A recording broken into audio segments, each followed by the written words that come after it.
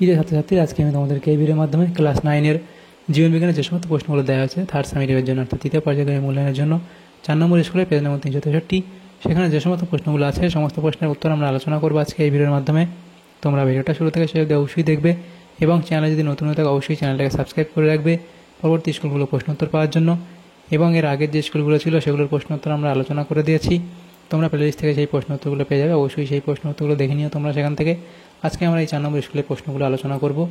তো এখানে দেখো যে প্রশ্নগুলো আছে এইগুলোর পিডিএফ তোমরা পরবর্তীতে এই প্রশ্ন উত্তরের পিডিএফ পরবর্তীতে তোমরা আমাদের টেলিগ্রাম চ্যানেল এবং আমাদের হোয়াটসঅ্যাপ চ্যানেল থেকে পেয়ে যাবে। ডেসক্রিপশনে আমাদের টেলিগ্রাম চ্যানেল এবং হোয়াটসঅ্যাপ চ্যানেলের লিঙ্ক দিয়ে দেওয়া হয়েছে, তোমরা সেখান থেকে যুক্ত হতে পারো। বিভাগ কতে সেখানে দেখো, তো আমরা পরবর্তীতে পিডিএফগুলো দিয়ে দেবো সেখানে। বিভাগ কতে যে প্রশ্নগুলো আছে এই 4 নম্বর স্কুলে প্রথমে 15টা প্রশ্ন, 1 নম্বরের প্রশ্ন এমসিকিউ টাইপ। একের দাগে বলা আছে কি সঠিক উত্তরটি নির্বাচন করো। একের দাগের 1, কোন দ্বিপদ নামটি ভুল লেখা আছে তা চিহ্নিত করো। তাহলে এখানে হবে তোমাদের অপশান ডি।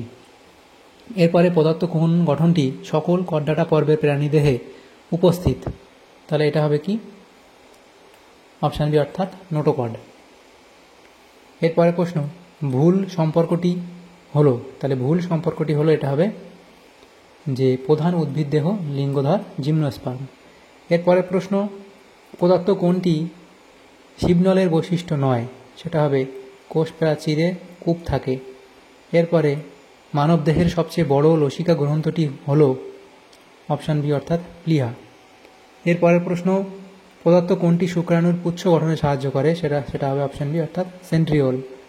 এরপরে অচক্রাকার ফটোফসফোরাইলেশন এখানে দেখো 7 দাগের প্রশ্নে বলা আছে কি অচক্রাকার ফটোফসফোরাইলেশন বিষয়ক কোন ঘটনাটি ভুল, তাহলে এটা হবে কি, তো এখানে তাহলে কোনটা তোমাদের ভুল বলা হয়েছে সেটা হলো কেবলমাত্র একটি ফটো সিস্টেম অংশগ্রহণ করে, বি হচ্ছে এটিপি এবং NADPH উৎপন্ন করা হয়, সি বলা হচ্ছে জলের আলোক বেদন ঘটাচ্ছে। এখানে তোমার অপশান ডি সঠিক উত্তর হবে, এ ও বি উভয়ই হবে। এরপরের যে প্রশ্নটা আছে দেখো সেটা কি বলা হয়েছে, সেটা হলো ফুসফুসীয় ধমনী বহন করে, তাহলে ফুসফুসীয় ধমনী কি বহন করে, সেটা হবে অপশান বি অর্থাৎ এখানে তোমাদের CO2 যুক্ত রক্ত। এরপরে আছে কি অক্সিজেনটি কোষ থেকে খরিত হয়, সেটা হবে HCl অর্থাৎ অপশান বি। কোন গ্রুপের রক্তকে সার্বিক দাতা বলে, সেটা হবে ও নেগেটিভ।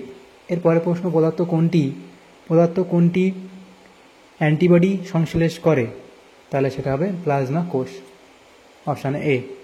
এরপরে প্রশ্ন মাতৃদুগ্ধে উপস্থিত কোন অ্যান্টিবডি জীবাণু সংক্রমণের হাত থেকে সদ্যজাত শিশুকে রক্ষা করে, সেটা হবে IgA অর্থাৎ অপশান এ। এরপরে আছে বাস্তুতন্ত্রে শক্তি প্রবাহ সর্বদা একমুখী, অপশান এ। এরপরে রাইজোবিয়াম ও মটর গাছের সহাবস্থানকে বলা হয় মিথজীবিতা, অপশান বি। এরপরে আছে দূষণহীন শক্তির উৎস হলো, এখানে হবে সৌরশক্তি অর্থাৎ অপশান সি। তাহলে এমসিকিউ টাইপ যে প্রশ্নগুলো ছিল সেগুলো হলো। এরপরে বিভাগ ক্ষতে যে প্রশ্নগুলো আছে দেখো এখানে 21টা প্রশ্ন আছে, 1 নম্বর করে দেওয়া হয়েছে। নিম্নলিখিত 21টি প্রশ্নের নির্দেশ অনুযায়ী উত্তর দাও। প্রথম 2 দাগে বলা আছে কি শূন্যস্থান পূরণ করো। তো সেখানে যে প্রশ্ন দেওয়া আছে দেখো কি 1 দাগের প্রশ্ন সায়ানোব্যাকটেরিয়া ড্যাশ রাজ্যের অন্তর্গত, তাহলে সায়ানোব্যাকটেরিয়া ড্যাশ রাজ্যের অন্তর্গত, তাহলে এটা হবে কি মোনেরা রাজ্যের অন্তর্গত। দ্বিতীয় প্রশ্ন কোয়ানোসাইট ড্যাশ পর্বের বৈশিষ্ট্য, তাহলে এগুলি কি পরিফেরা পর্বের বৈশিষ্ট্য। এরপরে আছে কি RNA-তে উপস্থিত শর্করাটি হলো কি রাইবোজ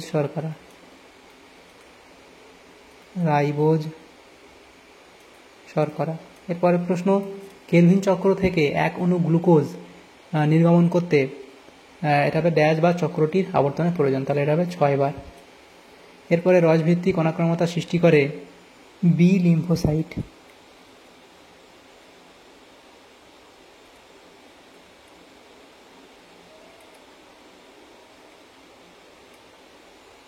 পরের প্রশ্ন কি একটি বাস্তুতন্ত্রে পরস্পর যুক্ত খাদ্য শৃঙ্খলগুলি ড্যাশ গঠন করে, খাদ্য জাল গঠন করে। এরপরে যে প্রশ্নগুলো আছে দেখো সেখানে কি বলা হয়েছে সত্য মিথ্যা নির্ণয় করতে বলা হয়েছে পরের প্রশ্নগুলো। প্রথম প্রশ্ন কি অ্যাসিডিয়া হলো একটি অমেরুদণ্ডী কর্ডাটা, এটা ঠিক বলা হয়েছে। নেক্সট প্রশ্ন মিউরিন হলো কোষ প্রাচীরের একটি উপাদান, তাহলে এটা এখানে তোমাদের সত্য বলা হয়েছে। এরপরে জাইলেম প্যারেনকাইমা হলো জাইলেমের সজীব উপাদান। এটা এখানে সত্য বলা হয়েছে। নেক্সট প্রশ্ন কি, এস এ নোডকে হৃৎপিণ্ডের সংরক্ষী ছদ্মনিয়ামক বলে, এটা এখানে ভুল বলা হয়েছে। এরপরে প্রশ্ন কি, সেটা হলো যক্ষা রোগের জীবাণু আবিষ্কার করেন বিজ্ঞানী রোনাল্ড রস, তাহলে এটাও এখানে তোমাদের ভুল বলা হয়েছে। এরপরে ইকোসিস্টেম শব্দটি প্রবর্তন করেন বিজ্ঞানী ই হেকেল, এটাও এখানে ভুল বলা হয়েছে। এরপরে কয়স্তম্ভ এবং এখানে ক্ষয়স্তম্ভ মেলাতে বলা হয়েছে। তাহলে প্রথমে কি বলা হয়েছে দেখো, ল্যাসোকোষ, তাহলে এটা কার সাথে মিলবে, এটা হবে ই এর সাথে মিলবে অর্থাৎ টিনোফোরা। এরপরে যেটা আছে সেটা হলো কি ক্যাম্বিয়াম, তাহলে ক্যাম্বিয়ামটা কার সাথে মিলবে, ডি এর সাথে মিলবে, পার্শ্বস্থ ভাজক কলা। তারপরে যেটা আছে সেটা হচ্ছে কেলভিন চক্র, তাহলে কেলভিন চক্র কার সাথে মিলবে, এটা হবে C3 চক্র। এরপরে যেটা আছে সেটা হলো কি এটা হবে নিঃস্রাবণ, তাহলে নিঃস্রাবণ হবে কি, এটা মিলবে তোমার সি এর সাথে মিলবে, নিঃস্রাবণটা সি এর সাথে মিলবে, তাহলে এটা হবে কি জল পত্ররন্ধ্র। এরপরে আছে দেখো সেটা হলো কি হ্যাপটেন, তাহলে হ্যাপটেন হবে কি অসম্পূর্ণ অ্যান্টিজেন, হ্যাপটেন হবে অসম্পূর্ণ অ্যান্টিজেন। এরপরে যেটা আছে দেখো লাস্ট, সেটা হচ্ছে ই হেকেল, তাহলে ই হেকেলটা কার সাথে মিলবে, বি এর সাথে মিলবে, ইকোলজি। এভাবে মানে স্তম্ভ স্তম্ভ মিলিয়ে নেবে। এরপর মাথার দাগে কী বলা আছে, একটি শব্দে বা একটি বাক্যে উত্তর দাও, যে কোনো ছটি। প্রথম প্রশ্ন, জীবনের দুটি বৈশিষ্ট্য লেখো। তাহলে জীবনের দুটি বৈশিষ্ট্য তোমরা কি লিখবে, লিখবে বৃদ্ধি ও প্রজনন। জীবনের দুটি বৈশিষ্ট্য লিখবে কি বৃদ্ধি ও প্রজনন। এরপরে প্রশ্ন কি, বিসদৃশ শব্দটি বেছে লেখো, গ্লুকোজ, ফ্রুক্টোজ, গ্যালাক্টোজ এবং ল্যাকটোজ। এখান থেকে সেটা তোমাদের আলাদা হবে, সেটা হবে ল্যাকটোজ। এরপরে কোন উৎসেচক ট্রিপসিনোজেনকে ট্রিপসিনে রূপান্তরিত করে, তাহলে এটা হবে কি এন্টারোকাইনেজ। এখানে লিখে দিই এন্টারোকাইনেজ। এরপরে প্রশ্ন এন্টারোকাইনেজ। এরপরে প্রশ্ন কি, একটি মিথজীবী নাইট্রোজেন সংবন্ধনকারী সায়ানোব্যাকটেরিয়ার নাম লেখো, তাহলে এটা হবে কি অ্যানাবিনা, অ্যানাবিনা। এরপরে 5 দাগের প্রশ্ন, সবাত শ্বসনের কোন পর্যায়কে অ্যাম্ফোবলিক পথ বলা হয়, তাহলে লিখবে ক্রেবস চক্রকে, ক্রেবস চক্রকে। এরপরে VAM কি, তাহলে লিখবে কি ভেসিকুলার আরবাসকুলার মাইকোরাইজা, ভেসিকুলার আরবাসকুলার।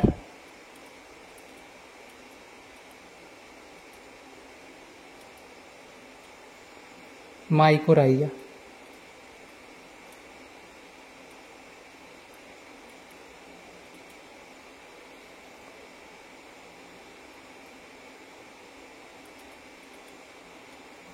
পরের প্রশ্ন, পরজীবিতা বলতে কি বোঝো, এটা লিখবে। অপর 3টি শব্দ যে শব্দটি অন্তর্ভুক্ত তাকে খুঁজে লেখো, শাকাশী, খাদ্যস্তর, মাংসাশী এবং খাদ্য পিরামিড। তাহলে এরা খাদ্য পিরামিড, এই বাকি 3টির সাথে সম্পর্কিত। এর পরের প্রশ্নগুলো কি, বিভাগ গ, সেখানে যে প্রশ্নগুলো আছে 12টা প্রশ্ন 2 নম্বর করে 24 নম্বর দেওয়া হয়েছে, সেগুলো নেক্সট পেজে আমরা আলোচনা করব। ফাঙ্গিরাজের দুটি চারিত্রিক বৈশিষ্ট্য লেখো, লিখবে শ্রেণী কন্ডিকথিস ও অস্টিকথিসের মধ্যে পদার্থ দুটি বিষয়ের মধ্যে আঁশের প্রকৃতি এবং পুচ্ছ পাখনার প্রকৃতি, এদের উপর ভিত্তি করে পার্থক্য লেখো। দেখো করে দেওয়া হয়েছে। তিমি জলে বাস করলেও মাছ নয় কেন, তিমি মাছ নয় যদিও তিমি জলে বাস করে, কারণ এদের দেহে মাছের বিভিন্ন বৈশিষ্ট্য যেমন ভেনাস হৃৎপিণ্ড, স্পর্শেন্দ্রীয় রেখা, রশ্মি বিশিষ্ট পাখনা থাকে না। অপরদিকে এদের দেহে স্তন্যপায়ী প্রাণীদের মতো স্তনগ্রন্থি ও ফুসফুসের নিচে মধ্যচ্ছতা থাকায় এদেরকে স্তন্যপায়ী বলা হয়। নিউক্লিওসাইড কি, আরএনএতে উপস্থিত পিরিমিডিন বেসগুলির নাম লেখো, লিখবে। এরপরে আছে পাকস্থলী ও হৃৎপিণ্ডে অবস্থিত পেশির একটি করে বৈশিষ্ট্য লেখো। স্ট্রোমা ও স্টোমাটার মধ্যে পার্থক্য লেখো। প্রদত্ত বৈশিষ্ট্যের ভিত্তিতে ফটোসিস্টেম 2 কে বর্ণনা করো। অবস্থান, বিক্রিয়া কেন্দ্র, আলোক ফসফরি ভবনের প্রকৃতি, আলোক শোষণ ক্ষমতা। এরপরে আছে কি মানব হৃৎপিণ্ডে থিবেসিয়াস ও ইউস্টেচিয়ান কপাটিকার অবস্থান উল্লেখ করো। তারপরে প্রশ্ন ছিল সম্পূর্ণ নাম লেখো, এগুলো লিখবে। তারপরে চোয়াল ও জিহ্বার নিচে অবস্থিত লালা গ্রন্থির নাম লেখো। টিকাকরণ বলতে কী বোঝো? সক্রিয় অনাক্রমতা ও নিষ্ক্রিয় অনাক্রমতার মধ্যে পার্থক্য, তাহলে সক্রিয়তা ও নিষ্ক্রিয় অনাক্রমতার মধ্যে উৎপত্তি, সক্রিয়তা, পার্শ্বপ্রতিক্রিয়া এবং স্থায়িত্ব, এগুলোর উপর ভিত্তি করে পার্থক্য লিখবে। এরপরে আছে দেখো টিটেনাস ও নিউমোনিয়া রোগের জীবাণুর নাম লেখো। তারপর আছে কি ডেঙ্গি রোগ প্রতিরোধের দুটি উপায় আলোচনা করো। বাস্তুতন্ত্রে খাদ্য শৃঙ্খলের সংজ্ঞা দাও, উদাহরণ তোমরা দিতে পারো। এরপরে কি সিনোইকোলজি ও অটোইকোলজি বলতে কী বোঝো? তাহলে সিনোইকোলজিটা কি লিখবে? বাস্তুতন্ত্রের কোনো একটি নির্দিষ্ট পরিবেশে বসবাসকারী সমস্ত প্রজাতির অন্তর্গত জীব সমূহের পারস্পরিক সম্পর্ক এবং তাদের সঙ্গে পরিবেশের সম্পর্ক সম্বন্ধে অধ্যয়নকে সিনকোলজি বলে। যেমন সুন্দরবনের ম্যানগ্রোভ বাস্তুতন্ত্রের সমস্ত উদ্ভিদ প্রজাতি সম্পর্কিত অধ্যয়ন। অইকোলজি বাস্তুতন্ত্রের কোনো একটি নির্দিষ্ট পরিবেশে বসবাসকারী কোনো একটি প্রজাতির অন্তর্গত সমস্ত জীবের পারস্পরিক সম্পর্ক ও পরিবেশের সঙ্গে তাদের সম্পর্ক সম্বন্ধে আলোচনাকে অইকোলজি বলে। যেমন সুন্দরবনের ম্যানগ্রোভ বাস্তুতন্ত্রে সমস্ত সুন্দরী গাছ সম্পর্কিত অধ্যয়ন। ইকোটোন কি সেটা লিখবে। তাহলে বিভাগ গত যে প্রশ্নগুলো ছিল সেগুলো হলো। এর পরের প্রশ্নগুলি বিভাগ ঘ, সেখানে 7 থেকে যে প্রশ্নগুলো আছে দেখো প্রত্যেকটা প্রশ্ন মান এখানে কত করে দেওয়া হয়েছে, 5 নম্বর করে দেওয়া হয়েছে। 6টা প্রশ্ন উত্তর করতে হবে, অথবা দিয়ে প্রশ্ন আছে সেগুলোর উত্তর করতে হবে। প্রথম যে প্রশ্ন আছে দেখো দ্বিপদ নামকরণের যে কোনো 3টি নিয়মাবলী উল্লেখ করো। তাই এখানে দেখো আমরা কতটা দিয়েছি, 7টা দিয়েছি, যে কোনো 3টে লিখবে। এরপরে পর্ব কটাটার 2টি শনাক্তকারী বৈশিষ্ট্য লেখো। তাহলে তার শনাক্তকারী বৈশিষ্ট্য 4টে দেওয়া আছে, যে কোনো 2 লিখবে। এরপরে আছে কি অথবা দিয়ে প্রশ্ন প্রদত্ত প্রাণীগুলি কোন পর্বের অন্তর্গত তার নাম লেখো। তাহলে এগুলো কোন পর্বের অন্তর্গত সেগুলোর নাম লিখবে এই অবধি। এরপরে আছে কি, আচ্ছা এগুলো ছিল। এরপরে তার 2 থেকে যে প্রশ্নটা আছে দেখো তার উত্তর এখানে করে দেওয়া হয়েছে। এরপরে প্রশ্ন কি অথবা দিয়ে প্রশ্ন ছিল প্যারেনকাইমা, কোলেনকাইমা ও স্ক্লেরেনকাইমা কলার মধ্যে প্রদত্ত 3টি বিষয়ের তুলনা করো। এই 3টি বিষয়ের উপর পার্থক্য তোমরা এখানে তুলনা করবে। এরপরে আছে কি অ্যাডিপোজ কলা হলো এক প্রকার যোগ কলা যা মূলত, আচ্ছা এখানে প্রশ্নটা কি ছিল, অ্যাডিপোজ কলা 2টি গঠনগত বৈশিষ্ট্য লেখো। তাহলে 2টি গঠনগত বৈশিষ্ট্য লিখবে। পদার্থ গঠনগুলি যে অঙ্গে পাওয়া যায় তাদের নাম লেখো, সেগুলো করে দেওয়া হয়েছে। এরপরে প্রশ্ন কি অথবা দিয়ে প্রশ্ন ছিল নেফ্রনের একটি চিত্র অঙ্কন করো এবং পদার্থ অংশগুলি চিহ্নিত করো। দেখো সংগ্রাহক নালী, তাহলে সংগ্রাহক নালী এখানে তোমরা এখানে করবে কি, এটা এখানে লিখবে এ। বি হচ্ছে কি হেনলির লুপ, তাহলে বি লিখবে এখানে হেনলির লুপ। সি গ্লোমেরুলাস, তাহলে এটা লিখবে সি হচ্ছে গ্লোমেরুলাস। ডি হচ্ছে পরাসংবর্ত নালিকা। তারপর ডি কি বলা থাকে, পরাসংবর্ত নালিকা, এটা হচ্ছে ডি পরাসংবর্ত নালিকা। নালিকাকে দূরবর্তী সংবর্ত নালিকা বলা হয়। তো দেখো এখানে তাহলে হয়ে গেল। এরপরের প্রশ্ন কি 4 দাগের, এখানে যে বলা আছে দেখো এখানে দেখো এখানে প্রশ্নটা দেখলে বুঝতে পারবে। এখানে এভাবে ছিল প্রশ্নটা, এই যেভাবে ছিল এ বি সি এবং ডি।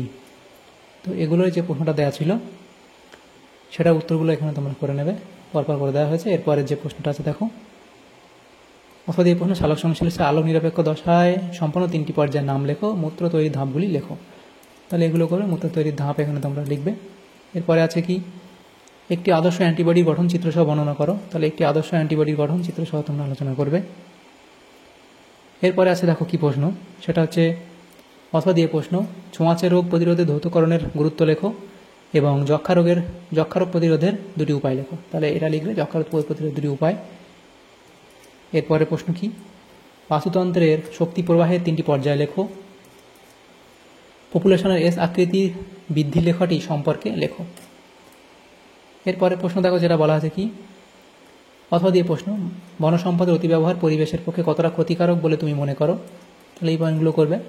জলসম্পদ সংরক্ষণের 2টি উপায় লেখো। তাহলে জলসম্পদ সংরক্ষণের জন্য গ্রহণীয় ব্যবস্থা, এখানে আমরা 5টা ব্যবস্থা লিখেছি, যে কোনো 2টো লিখলেই হবে। তাহলে দেখো আমাদের এখানে যে প্রশ্নগুলো ছিল ক্লাস 9-এর 4 নম্বর স্কুলের 3য় পর্যায়ের মূল্যায়নের জন্য জীবনবিজ্ঞানের যে প্রশ্নগুলো ছিল সমস্ত প্রশ্নের উত্তর আমরা আলোচনা করলাম আজকে এই ভিডিওর মাধ্যমে। তোমাদের যদি সামান্যতম উপকার এসে থাকে ভিডিওটা অবশ্যই লাইক করবে এবং বেশি বেশি করে বন্ধুদের সাথে শেয়ার করবে এবং পরবর্তী যে স্কুলগুলো আছে সেগুলো প্রশ্নোত্তর পাওয়ার জন্য অবশ্যই তোমরা আমাদের চ্যানেলটাকে সাবস্ক্রাইব করে রাখবে। Thank you, thanks for watching.